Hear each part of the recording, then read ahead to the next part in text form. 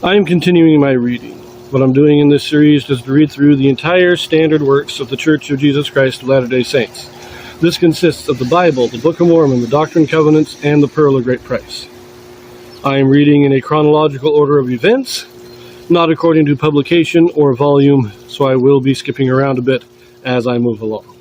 Okay, brief recap here. Of course, we had the rebellion of Jehu, kills the kings of both Israel and Judah, and establishes himself as king in Israel.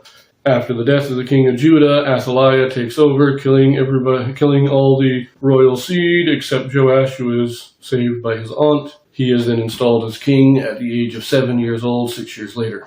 He begins his reign as a very righteous king. Early on in his reign, he orders the repair of the temple, but about halfway through the reign, the temple is not yet repaired. And at about this time, Jehu dies in the north after losing a lot of territory to Syria, and his son Jehoahaz becomes king. Now, that's what we read. The last thing we read was in 2 Kings, chapter 12, about Joash trying to get the temple repaired. He eventually does get them to save the money and repair the temple. And now we are switching to 2 Chronicles, chapter 24, and we are going to read verses 4 through 14, because this will also cover the story of the repair of the temple. I also want to mention that this video does have a Joseph Smith translation in it. What the Joseph Smith translation is, this is an inspired translation or correction of the Bible done by Joseph Smith to restore those passages that had been lost over the years. So let us read this.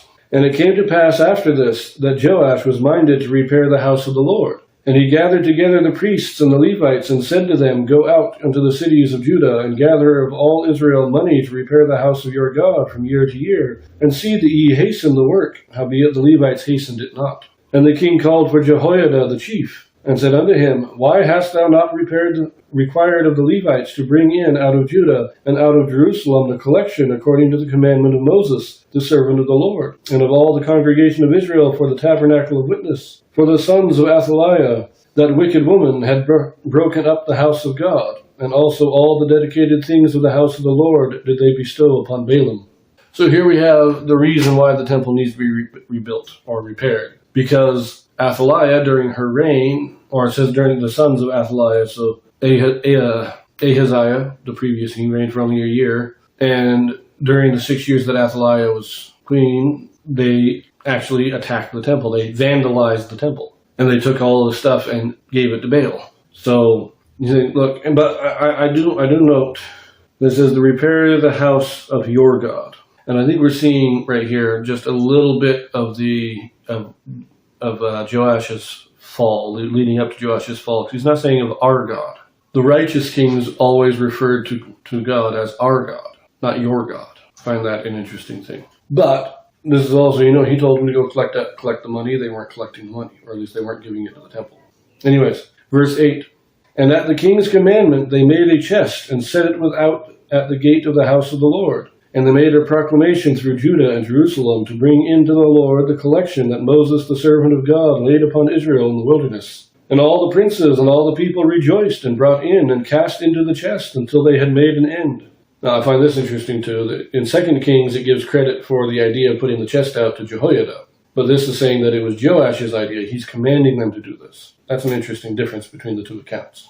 Verse 11. Now it came to pass that at what time the chest was brought unto the king's office by the hand of the Levites, and when they saw that there was much money, the king's scribe and the high priest's officer came and emptied the chest, and took it, and carried it to his place again.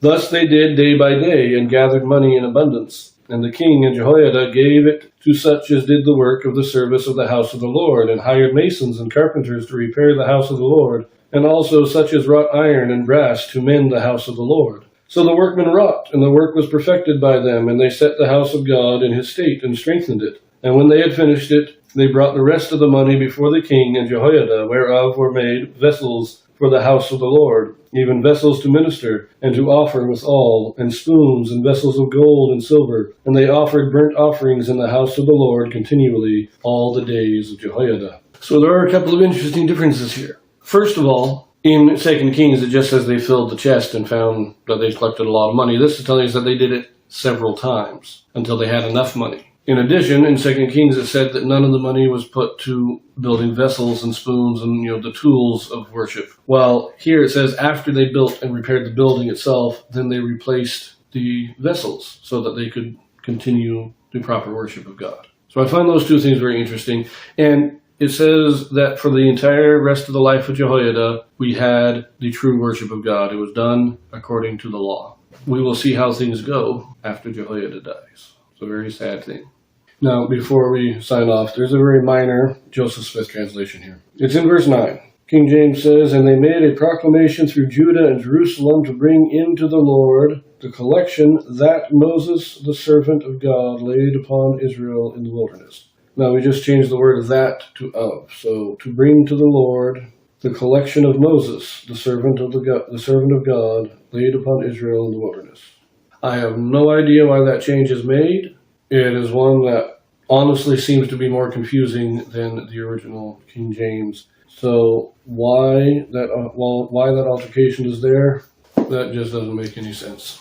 That's the first time that I've read something in the Joseph Smith translation that just doesn't make sense. Anyways, our next reading will actually be in the book of Joel, because Joel prophesied during the reign of Jehu in the north. And so while Joash is repairing the temple, that's when the prophet Joel is writing his book. Now it's only 3 chapters long, but that's our next reading. So I'll see you there.